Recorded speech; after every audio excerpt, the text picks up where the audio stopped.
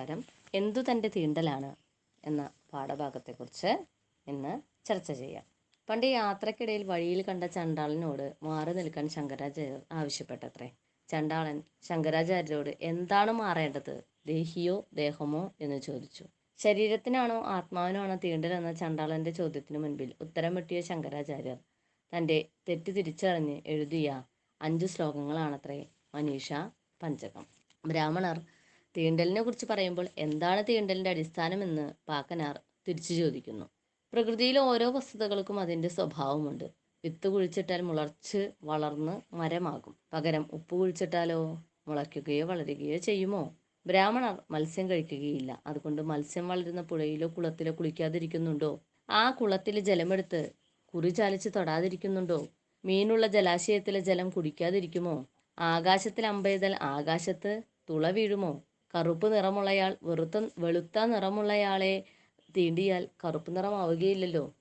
അതുപോലെ വെളുത്ത നിറമുള്ളയാൾ തീണ്ടിയാൽ കറുപ്പ് നിറമുള്ള ആൾ വെളുത്ത നിറമുള്ളവനാവുകയുമില്ല, ചുവപ്പ് നിറമുള്ളവനാകുമില്ലല്ലോ.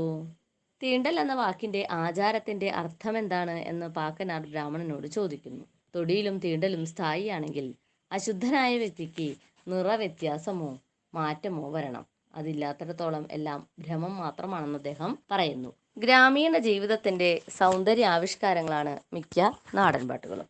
കീഴാളരും സാധാരണക്കാരുമായ ആൾക്കാരായിരിക്കും ഇതിൻ്റെ രചയിതാക്കൾ. ലിഖിത രൂപത്തിലായിരിക്കേയില്ല, ചുണ്ടിൽ നിന്ന് ചുണ്ടിലേക്ക് പകർന്നു കൊടുക്കപ്പെട്ടവയായിരിക്കും മിക്ക നാടൻപാട്ടുകളും. ചില പാട്ടുകൾ പ്രത്യേക താളക്രമത്തിൽ കേൾവിക്കാരൻ്റെ മനസ്സിൽ സന്തോഷം പകരുന്നതിനായി സൃഷ്ടിക്കപ്പെട്ടവയാകാം.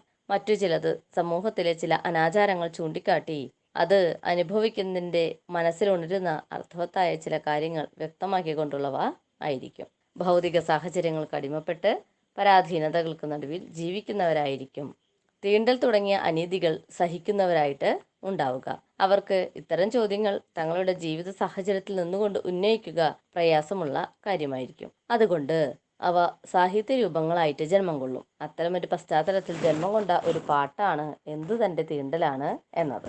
അശരണരും അടിമകളുമായ ഒരു വിഭാഗത്തിന് തങ്ങൾ അനുഭവിക്കുന്ന അപമാനങ്ങളും ദുഃഖങ്ങളും ഒരു സമൂഹത്തിന്റെ മുൻപിൽ നേരിട്ട് അവതരിപ്പിക്കാൻ കഴിയാതെ വരുമ്പോൾ ലഭിക്കുന്ന എളുപ്പവഴിയാണ് തങ്ങളുടെ കലാരൂപങ്ങളിലൂടെ അവതരിപ്പിക്കുക എന്നത്. പറയപ്പെട്ട പന്തിരകുലം എന്ന കഥയുടെ പൊരുൾ തന്നെ ജാതി സമ്പ്രദായത്തിന്റെ നിരർത്ഥകത വിളിച്ചു പറയുന്നു എന്നതാണ്. ആ പറയപ്പെട്ട പന്തിരകുലത്തിലെ ശ്രദ്ധേയനായ അംഗമാണ് പാക്കനാർ. പറയക്കുടലിൽ വളർന്നു നിന്നുകൊണ്ട് പറയനായി തീർന്നു. ആ പാക്കനാരാണ് ഈ കവിതയിൽ ജന്മിയോട് ചോദ്യങ്ങൾ ചോദിക്കുന്നത് എന്നതും ഈ കവിതയുടെ ആഴം കൂട്ടുന്നു.